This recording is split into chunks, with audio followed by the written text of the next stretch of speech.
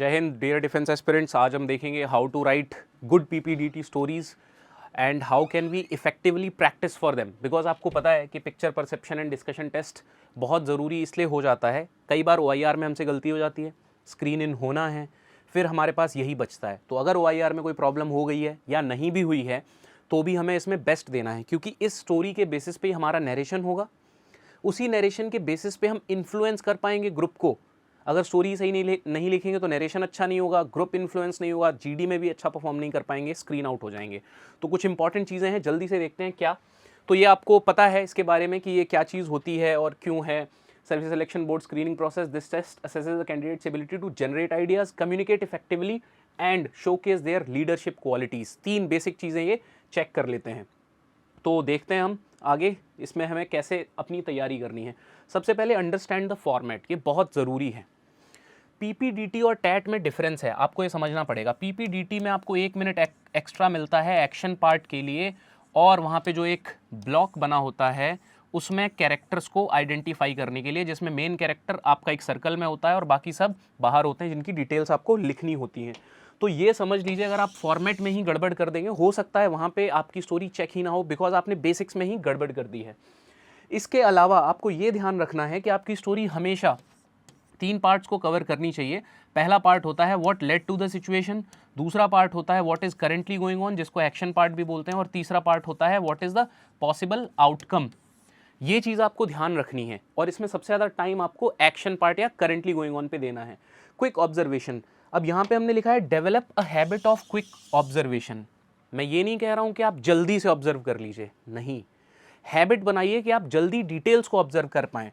इसमें हमें क्या करना है, इसको हम कैसे प्रैक्टिस कर सकते हैं। आप घर पे टाइमर स्टार्ट करिए, 30 सेकंड्स के लिए एक पिक्चर देखिए और उस पर एक स्टोरी लिखिए 4 मिनट में।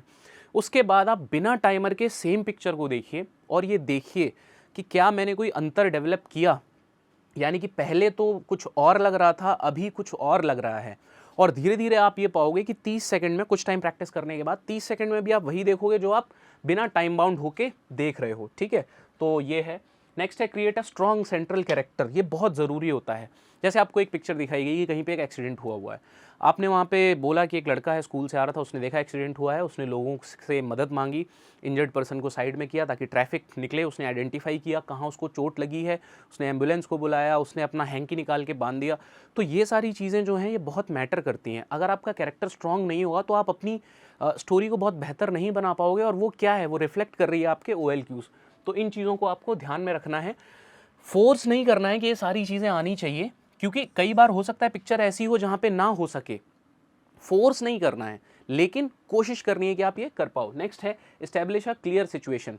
क्लियर सिचुएशन बहुत ज़रूरी है। मैं हमेशा कहता हूँ, ऑफलाइन क्लासेस में भी कहता हूँ, कि आप जो भी स्टोरी लिख रहे हो, बीट TAT बीट PPDT, सबसे पहले वो स्टोरी आपके दिमाग में एक लाइन में आनी चाहिए।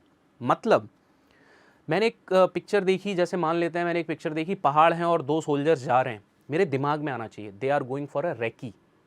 अब मैं अपने आप स्टोरी को बेहतर कर सकता हूँ। They are going for a recce, वो रेकी करेंगे, रिपोर्ट बनाएंगे, ऑब्जर्वेशन पोस्ट को लाके देंगे, अपने ऑफिसर को ब्रीफ करेंगे, या जो कुछ भी हो सकता है इस तरीके से। तो जब तक सिचुएशन क्लियरली नहीं आप इस्टेब्लिश करोगे तो फिर स्टोरी लिखने में तो बहुत प्रॉब्लम आएगी। तो ये चीज़ का ध्यान रखना है। आगे देखते हैं, build a logical and cohesive plot. जैसे आप एक स्टोरी लिख रहे हो, एंड प्लीज़ अंडरस्टैंड, आप हीरो नहीं हो किसी मूवी के, आपका सॉल्यूशन प्रैक्टिकल होना चाहिए। मान लेते हैं एक टूटा हुआ रोड दिख रहा है और वहाँ पे एक बच्चा खड़ा है, या आपकी एज का एक इंसान खड़ा है। अब आपने लिखा कि this person he goes to the village panchayat head and tells him कि ये रोड जो है वो ठीक नहीं है, okay please get it done, इसको बनवाओ। वो रोड बन गया और उस पर फूल माला भी लग गए, उस पर गमले भी लग गए, एकदम वर्ल्ड क्लास रोड। आपको लगता है प्रैक्टिकली पॉसिबल है? एक बच्चे के कहने पे इतना सब कुछ है, एक हमारे एज के इंसान के कहने पे इतना सब कुछ हो सकता है? नहीं। लेकिन हो क्या सकता है, हो ये सकता है कि हम जाके उसके फ़ोटोज़ खींचें, प्रधान जी को ब्रीफ करें, प्रधान जी देखिए 2 एक्सीडेंट पिछले 1 हफ्ते में हो चुके हैं और नुकसान हो जाएगा।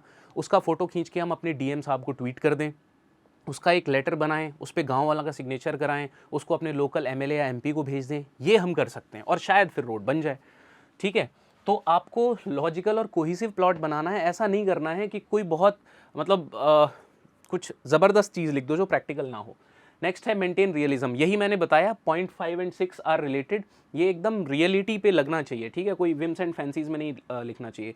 रिवाइज एंड एडिट, ये आप वहाँ तो कर नहीं पाओगे, ठीक है, कि वहाँ पे आपको टाइम ही नहीं मिलेगा, तो आप घर पे इसकी प्रैक्टिस अच्छे से करो ताकि आप अपने एरियाज़ ढूंढ पाओ, और एक बार आपको वो एरियाज़ मिल गए तो आप उनको नोट करते जाओ कि मैं यहाँ पे गड़बड़ कर रहा हूँ और यहाँ पे मैं आगे ठीक कर लूँगा चीज़ें।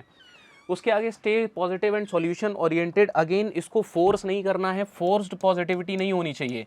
आपने देखा कि आपको एक एक्सीडेंट का सीन दिख रहा है तो आप उसमें एक्सीडेंट के आसपास ही स्टोरी लिखोगे, फोर्स्ड पॉजिटिविटी नहीं करनी है। ये नहीं बोल देना है कि ये तो एक ड्रामा हो रहा था कॉलेज में, ये उसका सीन है, या एक अवेयरनेस कैंपेन चलाई जा रही थी, ये उसका सीन है, ठीक है, ऐसे हम अवॉइड नहीं कर सकते हैं, ठीक है।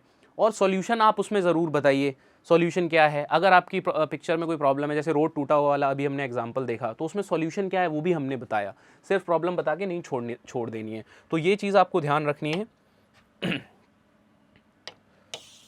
And for this you can practice with us, join our classes so that you prepare well. Take care of yourself, God bless you all, Jai Hind.